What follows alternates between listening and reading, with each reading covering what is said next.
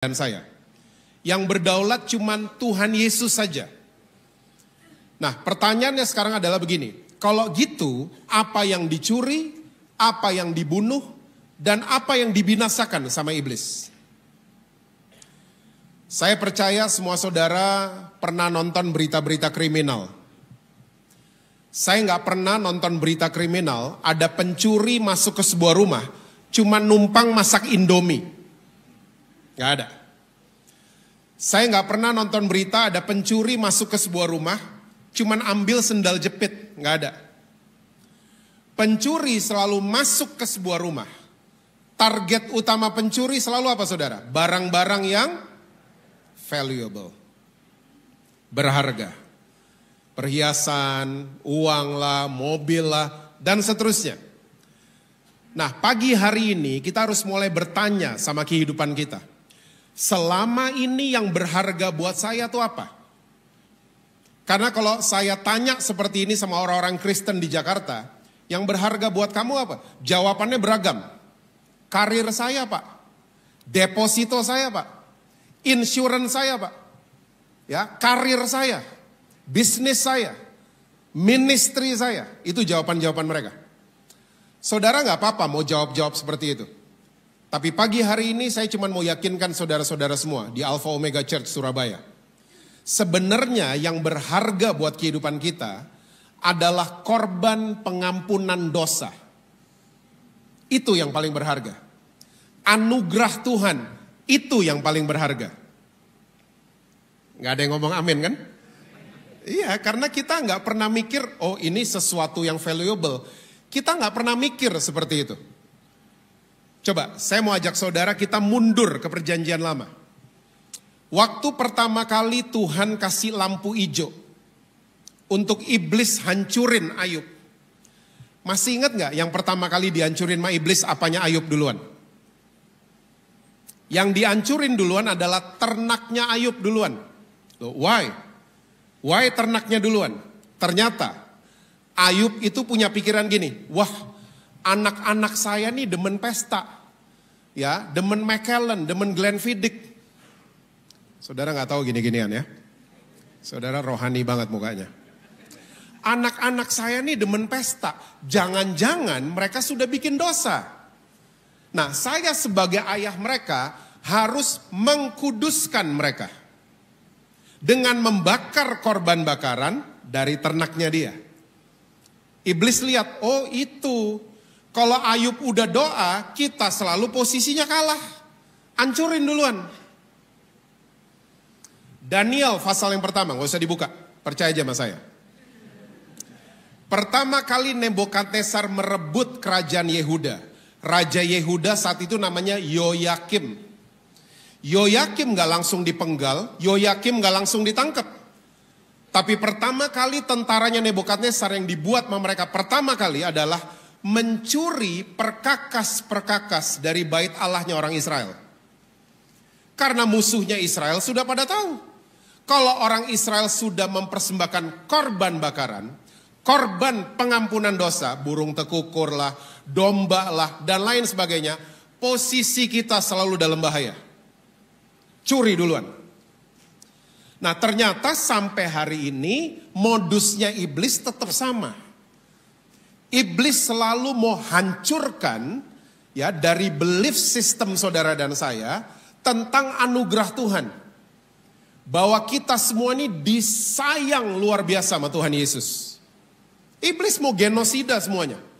Iblis mau curi, mau bunuh, dan mau binasakan ini semua. Akhirnya kita gak percaya, mosok sih saya disayang Tuhan. Yang disayang Tuhan cuman Om Lukas. Yang disayang Tuhan cuman Pastor Jesse, saya. Saya cerai Pak. Hah? Saya masih porn addict. Saya minggu lalu masturbasi Pak. Hah? Saya selingkuh, mosok Tuhan sayang sama saya. Saya mau yakinkan saudara, Tuhan tetap sayang sama saudara dan saya. Sampai detik ini. Ini adalah sesuatu yang paling berharga. Kalau di belief system kita percaya Tuhan sayang sama saya. Oh, neraka dalam posisi sulit. Lemburnya iblis gak kena ke kita. Karena di belief system kita yakin Tuhan sayang sama saya. Makanya saudara, jadilah orang Kristen yang percaya saya disayang Tuhan. Jangan lagi jadi orang Kristen yang selalu beranggapan saya sayang sama Tuhan. Beda. Beda loh. Orang Kristen yang mau kasih lihat saya sayang sama Tuhan. Oh lihat sosial medianya. Semua lagi angkat tangan postingannya. Hari ini angle kanan, minggu depan angle kiri, bulan depan black and white. Pokoknya lagi angkat tangan. Mau kasih lihat sama keluarga, saya gereja, saya melayani. Enggak dong, kasih lihat ke keluarga, saya disayang Tuhan. Hah? Kalau saya disayang Tuhan, saya mau sayang sama istri saya. Amin, suami-suami. Kok ada suara perempuan? Kalau saya diampuni sama Tuhan, saya mau ampuni suami saya.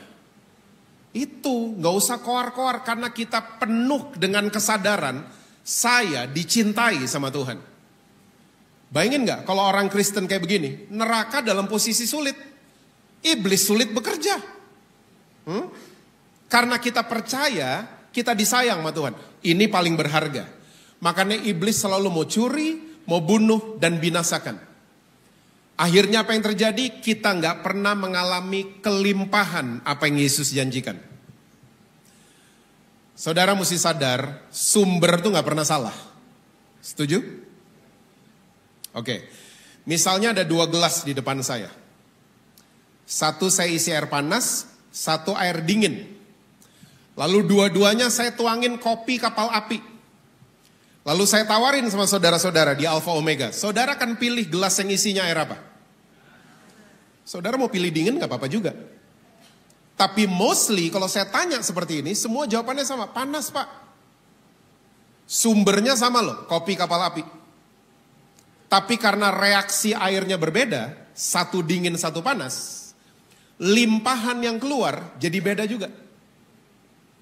Seringkali kita dibuat dingin sama Tuhan oleh iblis. Kita dingin. Kita gak percaya, mosok Tuhan sayang sama saya. Gak mungkin Tuhan sayang sama saya. Gak mungkin Tuhan ada di pihak saya. Gak mungkin. Waktu kita dingin sama Tuhan, limpahan yang keluar gak memberkati kehidupan orang lain. Tapi saya percaya waktu kita hot sama Tuhan, satu frekuensi, kita percaya bahwa dia Tuhan yang sayang sekali sama saya. Gak usah banyak ngomong, tapi limpahan yang keluar akan memberkati keluarga saudara. Memberkati kehidupan orang lain. Saya ngelihat kekristenan persis banget sama liga sepak bola. Siapa yang sedang sepak bola di sini selain saya? Saya tahu Jason, ya. Kita dari tadi ngomongin Arsenal, my favorite club, sama AC Milan. Liga sepak bola di satu negara biasanya satu klasmen terdiri dari 20 kesebelasan. Oke? Dan setiap kompetisi akan dimulai, 20 kesebelasan punya niat yang sama. Apa niat mereka? Semua mau menang, semua mau jadi juara.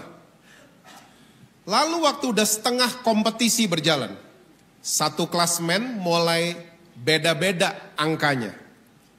Dan mulai dibagi ya oleh para fans dan wartawan jadi 3 kelas. Dan istilah 3 kelas ini jadi populer di mana-mana. Papan atas,